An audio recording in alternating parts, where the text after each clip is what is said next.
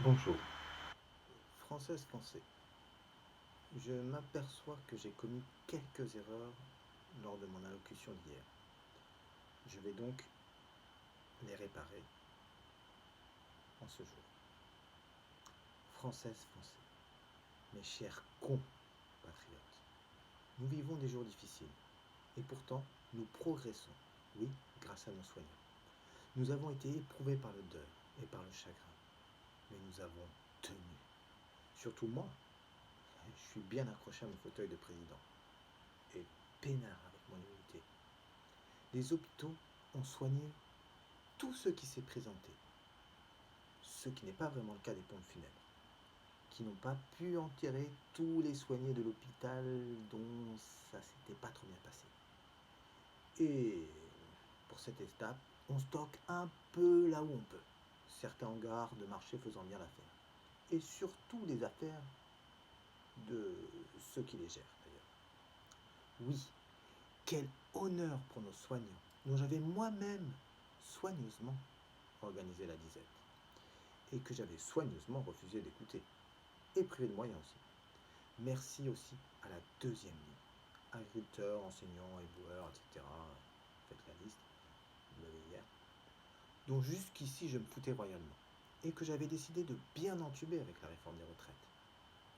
Et dont d'ailleurs je pense continuer à me moquer, mais je le dis pas trop, là aujourd'hui non. Hein, l'heure est à l'union sacrée quand même, un peu de décence. Enfin, merci à vous tous, la troisième ligne, qui restait soigneusement confinée chez vous. Merci encore.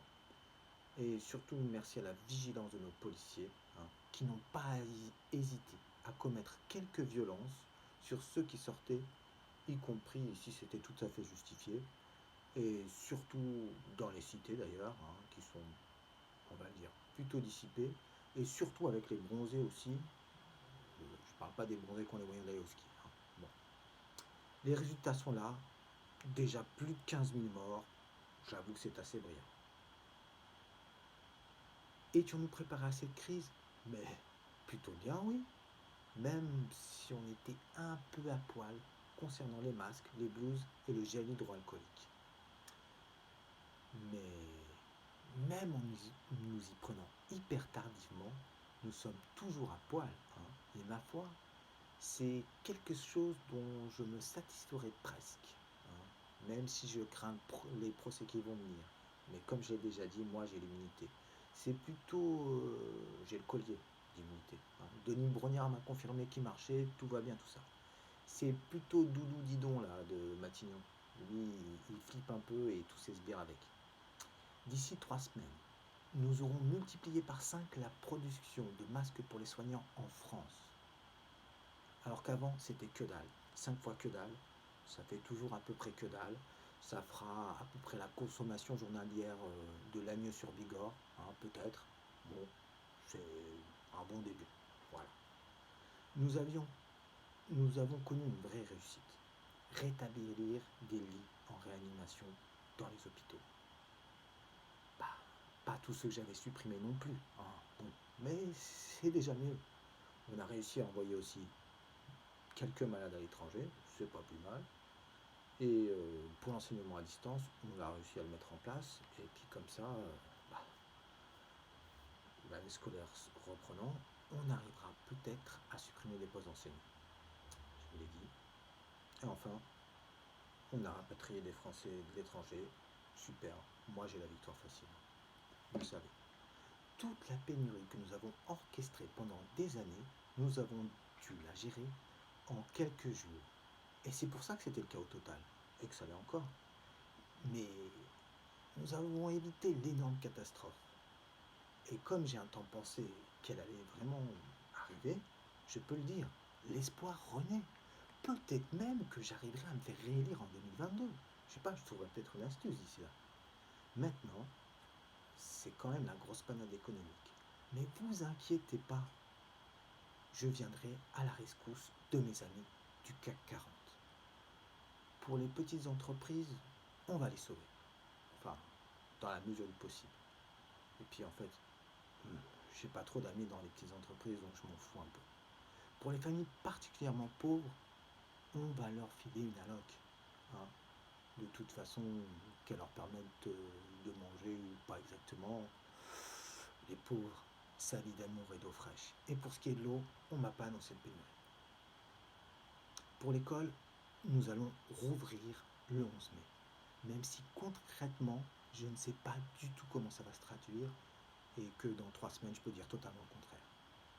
Pour les étudiants, la reprise, elle se fera en septembre parce que quand même, là, ça se serait un peu trop vu si fin avril, j'annonce que c'est le 30 mai la reprise des cours universitaires qui se finissent au 25 mai, pour certains. D'accord? Alors, plein de trucs vont rester fermés, bien sûr. Restaurants, cafés, hôtels, suppression de festivals, et puis surtout, les vieux et les personnes handicapées, restez chez vous un bon moment, si possible 1 an ou 2 même, enfin voilà, s'il vous plaît. Déjà, vous êtes vivants, c'est pas si mal. Le 11 mai, nous allons tester tous les Françaises et les Français présentant des symptômes, car tester l'ensemble de la population n'aurait absolument aucun sens. Ça permettrait juste, par exemple, que quelqu'un de sain, qui n'a pas de symptômes et qui au contraire est contaminé et qui contamine les autres sans le savoir, soit détecté. Donc, bon, je dis que ça n'a pas de sens parce qu'en fait, on n'aura pas assez de tests le 11 mai. Mais il vaut mieux que je dise autre chose parce que quand on aura des tests pour tout le monde, on testera tout le monde. Et là, je dirais que la vérité scientifique a changé. C'est plus simple d'accuser la science parce que la science, ça change un peu, surtout de cette science du virus. Et c'est plus pratique de faire porter le chapeau à la science. Prochainement, je vous annoncerai que vous serez tous tracés par une appli, mais avec la garantie des libertés publiques. Parce que de toute façon, vous n'êtes pas des spécialistes informatiques. Voilà. Alors, enfin, pour vraiment contenir cette épidémie, il nous faut des vaccins. Et comme tous les autres secteurs publics, la recherche, en France, elle se fait au compte-gouttes. Mais là, je vais mettre le paquet, vous le dis, pour cette recherche de vaccins. Les chercheurs français, ils sont excellents. Alors, je suis sûr qu'ils seront les premiers à trouver ça. C'est évident. Hein. Voilà. Alors, nous décidons en ce moment avec humilité. Merde, j'ai dit nous. Non, je décide avec humilité. Hein. Voilà. Là, c'est la correction du discours. Je décide avec humilité. L'humilité qui me caractérise. Vous le savez bien. Et en toute transparence, en toute vérité, ça aussi, c'est mes caractéristiques.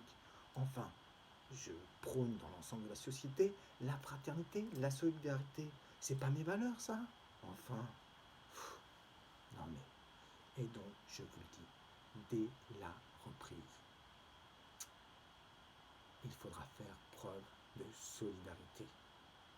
Oui, les entreprises ont été durement éprouvées.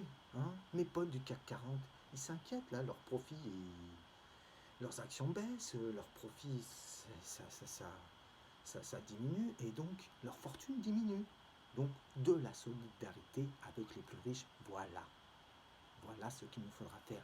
Il faudra travailler plus, renoncer aux congés payés, travailler encore, travailler jusqu'à la mort. Et oui, enfin, un peu de solidarité, quoi.